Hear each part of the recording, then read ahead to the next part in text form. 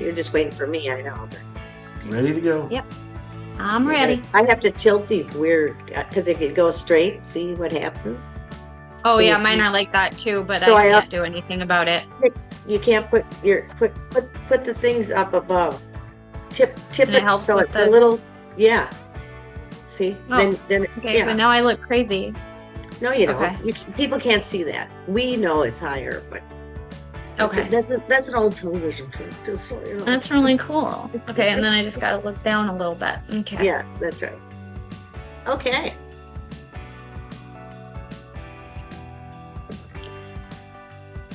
How to beat the gap. Hello and welcome to Throwing Your Parents Under the Bus podcast. I'm Jane Johnson, and joining me today is veteran crash investigator and driver safety expert Mike Peel. And of course, we've also got our TikTok producer, trend tracker, and enrichment handler, Natasha Johnson. We always appreciate our students for sending in such sharp observations from behind the wheel. And we appreciate Natasha for uncovering the stories and trends that matter most when it comes to helping drivers stay smarter, safer, and more aware on the road. So today we're talking about how to beat the gap. Oh, that was fast. How to beat the gap. That split-second space in traffic where good decisions can keep you moving safely and bad ones can get you in trouble fast. Natasha, you want to tell us about what's here today? Yes, we have Ellie from Sock Center. Ellie says, something that surprised me the most was when we were trying to cross a main road from a neighborhood street. It took a long time before there was a sufficient enough gap between the cars that were driving in both directions in order for us to get into the lane of traffic or to cross the road to the other side safely. It took her a long time to find the gap.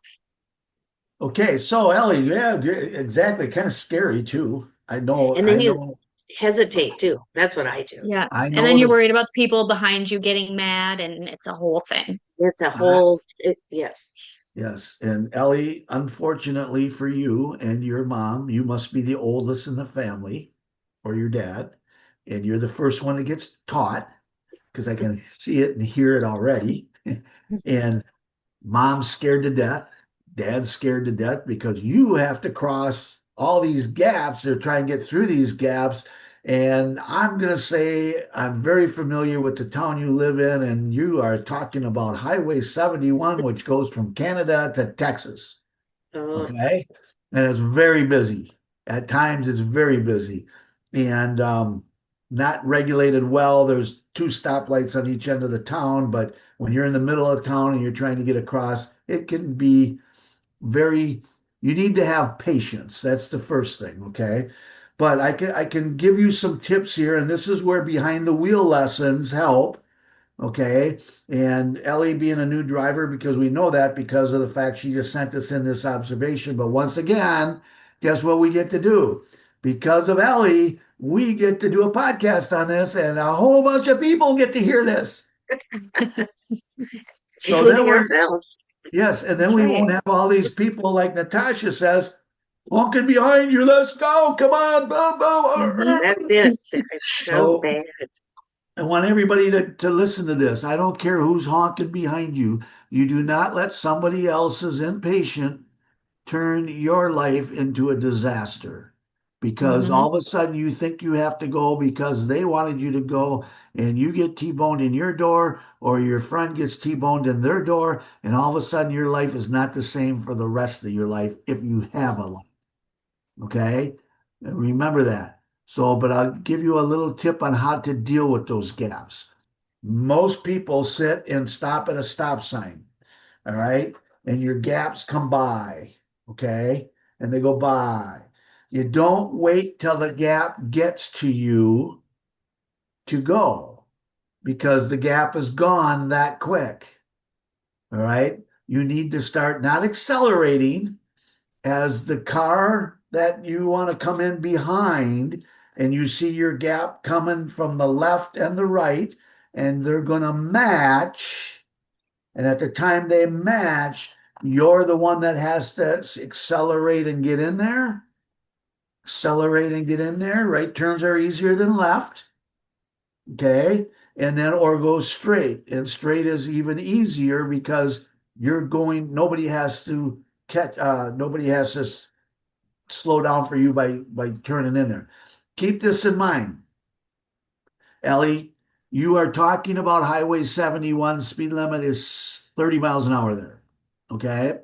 And even if people are speeding, they're probably doing 34 to 36. They have brakes. Okay. If you're not pulling directly out in front of them, directly in front of them where they're going to hit you right away, all they have to do is let up on their gas. Drivers see you. And most drivers should be looking at front tires rolling. When my tires start to roll and I'm coming into a gap, I'm hoping that you see that as you're coming down in behind me. If I'm taking a left or a right, you see that I'm pulling out. I'm hoping that you're not the person that accelerates because that's my gap. I've given my distance, like on the freeway when somebody wants to merge, you know how they close Yes. in the gap. We have jerks like that in the world, and we deal with them. But 99% of the time, if you time your gap, here comes my gap, here comes my gap, and I'm going to take a left. I'm starting to roll. You do not have time for hesitation. You guys, as new drivers, your depth perception will get better. Keep in mind, you just started driving. You just started. You're not supposed to do it the way us people that have been driven for 20, 30, 40, 50 years. See, we've been there, done that. We know what our car will do. Sometimes we think we know too much of what our car was doing. That's what causes the accidents. But, we 99.9% of the time, we get it. You don't get that. You're not there yet. You're not supposed to be there yet. That's why they call it a learner's permit. All right. Right.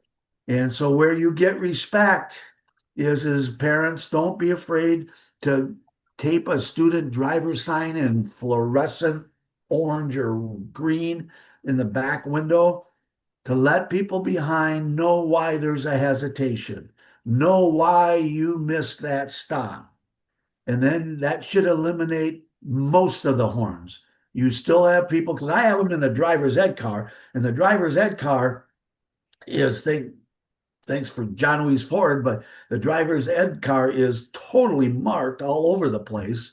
And I still get people honking at these kids. And I just tell you, man, I'm not a road rager, but one of these days I might have to become one. No, I'm just kidding. Because I think maybe I'm going to just put a student driver on my car.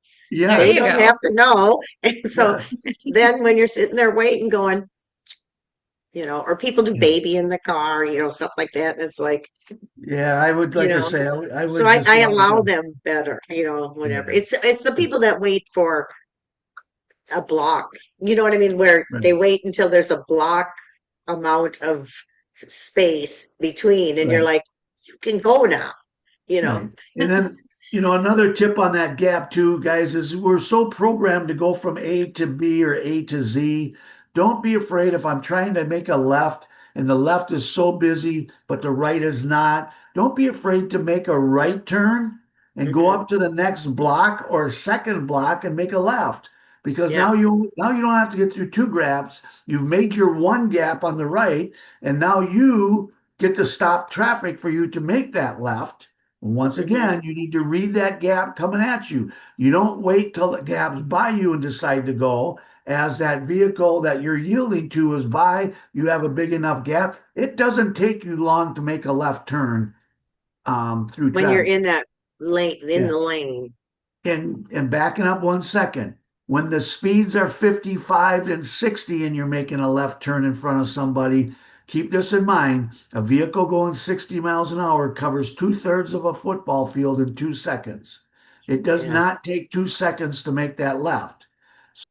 Okay, so there's another way that you can go if you're going to make, if you can't get into that gap all the way across two lanes of traffic, traffic to your left, traffic to your right. Remember this. You don't have to do it from A to Z. Change up the route. Take a right, because normally you can get into a right gap quicker than you can a left gap, and you don't have to cover two gaps because you have the left traffic flow and you have the right traffic flow. All right. So you accelerate, you get into your right gap, go down one or two blocks, people don't want to see you pull into a gap and then stop right away. So give them a little respect, give them time to slow down, go up to the second block, and now you can see the cars coming and read your gap. Once again, I'm making a left in front of somebody. You need to read the gap before you get to it. You need to see that gap 2, 3, 4 cars up. Okay, here comes a gap. It only takes a second or a little bit more to go in front of a car. All right, the car coming at you at 60 miles an hour covers 2/3 of a football field in 2 seconds. Yeah. 2 seconds. So they're a long ways away, but they're there in 2 seconds, but you're out of there in 1. So you know what? And again, it goes back to the depth perception will happen with the more driving hours you get. So Sure. hang in there, it'll get better. Yeah. Right. And it, like we say sometimes, or we do say in our course, which we do for entering and ramps and stuff, is do it on a Sunday a few times when it's not so busy. So you're getting acclimated into which way do I do it to beat the gap when there's not so many people. Yep. So And it's yesterday, not so scary. Yep, yesterday I was teaching a student on the freeway on how to get on, and of course it was her first time, and I explained before we even got there is listen, you cannot enter 70 miles an hour at 40 and think you're going to make people happy. All right. So the first knowledge in merging onto the freeway that you need to do is what is the traffic flow doing as you're coming into it? So if you're by your big major cities, your speed limit's 45 to 60. Usually 70 mile an hour speed limits on freeways are not around busy cities. They wait till you get outside the outskirts, 20 miles, 15 to 20 miles. So coming down that ramp, what I said was we were going to meet a semi. And she saw it and I said, okay, don't brake because human nature wants you to brake. And I said, without using your brake, I want you to slowly let up on your gas. Don't be afraid to use the shoulder. Do not let that white line force you out.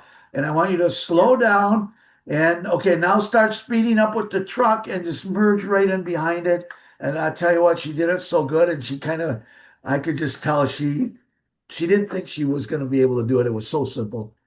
But she had her That's speed up. awesome. I said, you got to get But until you do it, it can be Yeah. scary. Gotta get your speed Mhm. up. Let's go. Come on. He's at 60. Come on. Let's go. Hurry. Now. It's my life too. It's my life too. Yeah. That would be apparent. Yes. Yeah. Kill us! Yes. Nice. It would be. All right. Well, that's great. Again, Mike, good information and solid enrichment there.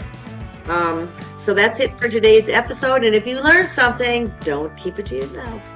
Share this episode with your friends, your family, maybe even that driver who is anxious about crossing those busy streets.